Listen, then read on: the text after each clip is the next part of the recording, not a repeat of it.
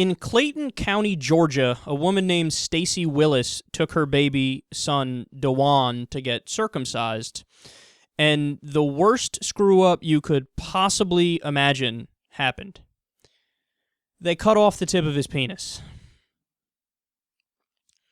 Now, the incident happened at a place called Life Cycle Pediatrics. They say, quote, I had concerns about this from the beginning. It was like reality had just smacked me in the face.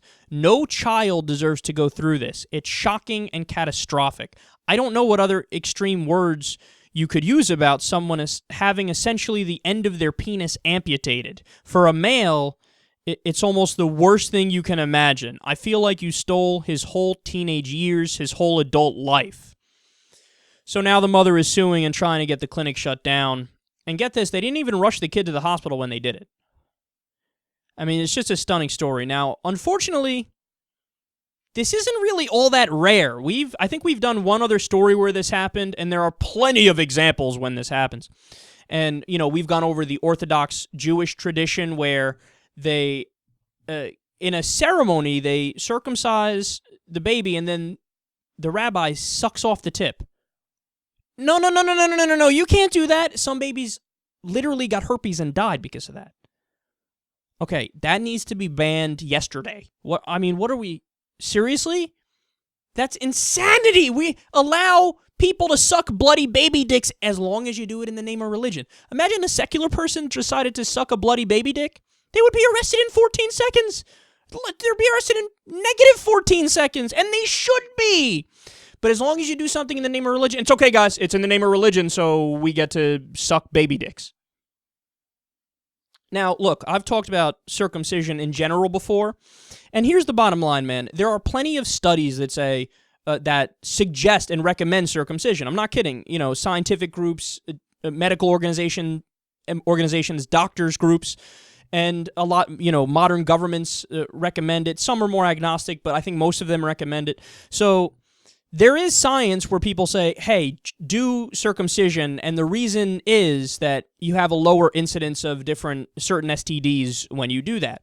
Now, here's why I disagree with them.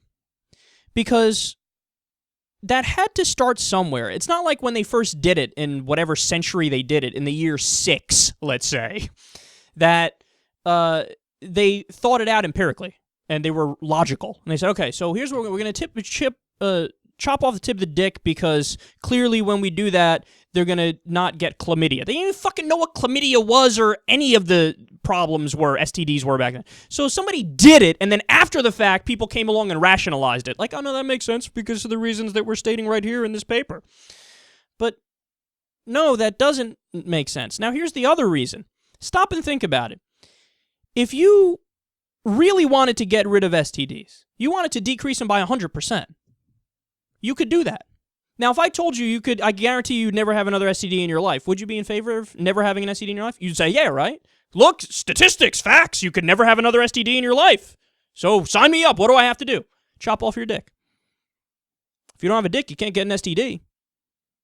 So the argument of, well, you lower some rates of STDs. Yeah, you could lower it to 0 if you chop off your dick. That doesn't mean you should chop off your dick. By the same token, you shouldn't chop off the tips of baby dicks. I mean, this is pretty obvious. And the amazing thing about circumcision is it's so widespread, even though what we're doing is genital mutilation systemically. So it doesn't make any sense. We should stop doing it ASAP. It really is child torture. I mean, I had it done to me, and look, today I wish that they didn't do it. Because it's a symbol of people believing in superstition and nonsense, and then after the fact, rationalizing it and acting like what they did was smart. No, it's not smart, it's dumb, and it's genital mutilation.